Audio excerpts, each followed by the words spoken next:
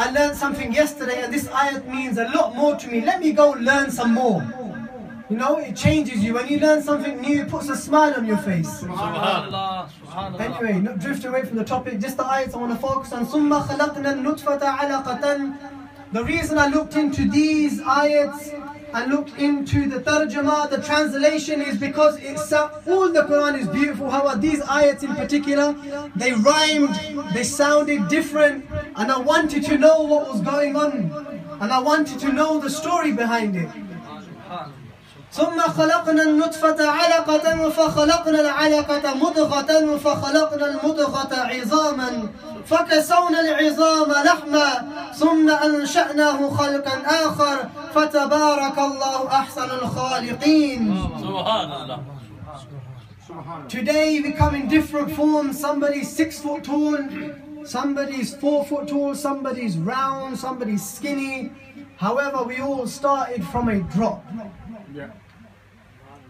This is what we got to remember. No matter how big our bank balances are, how big our property is, we were all one drop once upon a time. Allah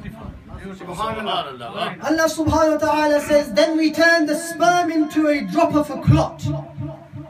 We turned the clot into a fetus lump. Then we turned the fetus lump into bones. Then we clothed the bones with flesh. Thereafter we developed it into another creature. So glorious is Allah, the best of creators. ثُمَّ إِنَّكُمْ بَعْدَ ذَلِكَ لَمَيِّتُونَ. This ayat is short and sharp. The first ayat, Allah subhanahu wa ta'ala shows you and tells you the process of how man was made. 9-month process. You know,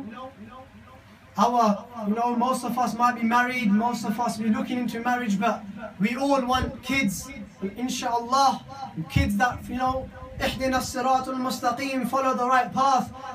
But first of all, there's a process. The mother has to go through 9 months. You know, this Allah subhanahu wa ta'ala has given us and shown us that this process for the ladies is difficult. However, the ultimate goal, the ultimate end is ثُمَّ إِنَّكُمْ بَعْدَ ذَلِكَ لَمَيِّتُونَ. Then after all this, you are to die. Subhanallah. Subhanallah. After all this process, you never know when, but you know it will come. كُلُّ نَفْسٍ ذَائِقَةُ الْمَوْتِ. And this is something we are forgetting. The fact that one day we will be gone, this land, these cars, these houses, they will no longer remain, they have no meaning. It's a process. However, we have to make this process a process which helps us in the grave. The life that we live today, does it help us? Will it help us? What are we doing to help ourselves in the grave? The last ayah, ثُمَّ إِنَّكُمْ يَوْمَ الْقِيَامَةِ تُبْعَثُونَ. Then, this was the actual reason for coming onto this earth. Then you are to be raised again on the day of judgment, which we forget. The day of judgment, the main day, what we are living for, all our amal, all the deeds. That's the day that will all be weighed. That's the day there's going to be panic. See, we forget this. If you remember death every day, it will keep us on the اهدنا الصراط المستقيم. Today we are into different things. We find happiness in other things instead of looking into our deen and finding and discovering new things. Just quickly, a couple more messages before I pass the mic back. The importance of the Quran is big and it lies on our shoulders. You as parents, you as elders, you know, put your children, put your brothers, sisters into ta'aleem, let them understand, put them into madrasa classes, put them into somewhere they can learn the Quran and find it as a guidance, something they can go back to. Make it personal to them, because that's how it is for me. Make it personal, it means a lot more. You want to go back to it, you have much more love for it. Moving on, reading the Quran Pak yourself, loads of barakat. I was having a discussion the other day with Qari Sahib in Ramadan. They told me this guy, he listened to the 3 Quranic books in a row on the trot. MashaAllah. He spent all his time listening. Yes, he did. I said, Qari Sahib, what did he get from it? I know he got the sawab for listening to it. Did he take a message from it? Is there something that he stopped and he thought about? Is there something that he's going to change in his life? Is there something that he's going to say, you know, the message is, learn something, even if it's one thing, a small thing. Change your life, question yourself. Question yourself, I'm doing this, could I do this to make it better? Rasulullah sallallahu alayhi wasallam set examples. Maybe I could do, an act that he did that could change me. A little thing.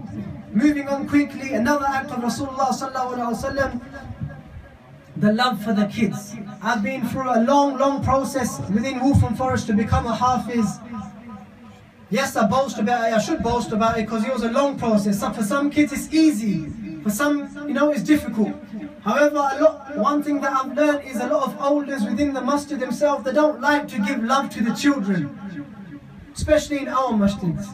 Our children are our future. Subhanallah. We forget that. Today it's about, I am the chairman, I am this, I am that. Wallahu al-Azim, on the day of Qiyamah you are no one. Where are you going to be? Where are you going to be running? Today they say, they look at our kids, they brush them away. Go to the kids, talk to the kids, make them happy. Normally when I go to masjid and Qari Sahib knows I like to take sweets. Now and then, whenever I have the time, a 5p lollipop puts a smile on a kid's face. It changes the day for him maybe. Show them love within the masjid. Don't turn them away from the masjid. Subhanallah. I was on the train and I had a conversation with this guy, he's about 25 now. He used to come to the masjid when he's younger. I said, brother, I don't see you anymore, what's wrong? He goes to me, when I come in the masjid and some older, the way he talks, Babaji looks at me, or the person looks at me, I don't feel welcome. I said, brother, it's the house of Allah. How are you not welcome? It's the house of Allah. Just put your head down, walk, go upstairs, go to a different floor and do your ibadah. Don't worry about them. Why is it like this? It shouldn't be like this. Our youth should walk into the masjid, the elders should greet them, the elders should give them love, teach them new things, sit them down, but it's not like this. Unfortunately, it's not like this. What are we after today? There's issues about small issues. We turn them into a big mountain. Small issues about organization. 10 people can't even put together, a decent method without trouble being caused or conflict. Islam don't teach us this conflict. Islam don't teach us, turn people away from the masjid.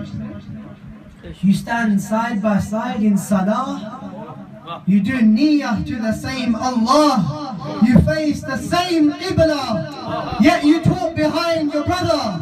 You talk behind the imam. Where did this come from? You say, मैं नियत करता हूँ इस इमाम के पीछे और बाहर जाके उस इमाम की बातें करते हैं. क्या है? This is not Islam. Islam doesn't teach us this. We're drifting away from Islam. This is turning into worldly things. This is not Islam anymore.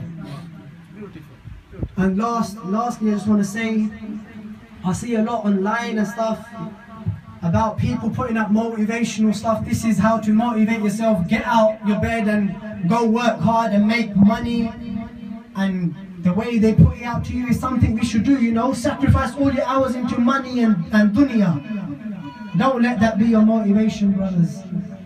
Don't let money be the thing that wakes you up in the morning. Let Fajr Salah be the thing that wakes you up in the morning to praise your Allah. Also, I can see these youngsters here. When I was around 14, 15, I used to go to read Fajr Salah and read to Qari Sahib Sabak in the morning. It was very, very difficult. Waking up for Fajr is difficult anyway. Going to the masjid is even more difficult. I was sitting at the back and two elders walked past me and he said to me, Javani bari mastani hai. And I thought to myself, what's he talking about? Because I was tired and I was leaning against the wall and I thought about it. Allah subhanahu wa ta'ala loves the ibadah of the youth, in your youth. The tears you shed in your youth. It doesn't matter when you get old and you get scared of the qabr. That doesn't mean anything anymore. when you're young, you're strong, you're able, Allah subhanahu wa ta'ala loves them tears. When you raise your hands in dua, He loves them hands. There's no point going back to, you know, when you get on 45, now it's time to start namaz, don't worry. I can do, you know, qaza, umri, and it's okay. Now's the time to start, when you're young. But this can only start if the elders help the youngers. And for me, I just want to say it's important for your kids, brothers, youngsters, to get into this environment. Otherwise, they're going to find different paths, different people on the roads. Who will take them in? Because there's loads of masjids we've seen around the area that are being grown, that have grown. I know friends that used to come to my masjid no longer want to come to my masjid. But it's only up to us. We can only change this. May Allah guide us on the ihdina as-siratul mustaqim. And jazakallah for the host for calling me. And I'm very thankful. وَمَا عَلَيْنَا إِلَّا الْبَلَاغُ الْمُبِينُ.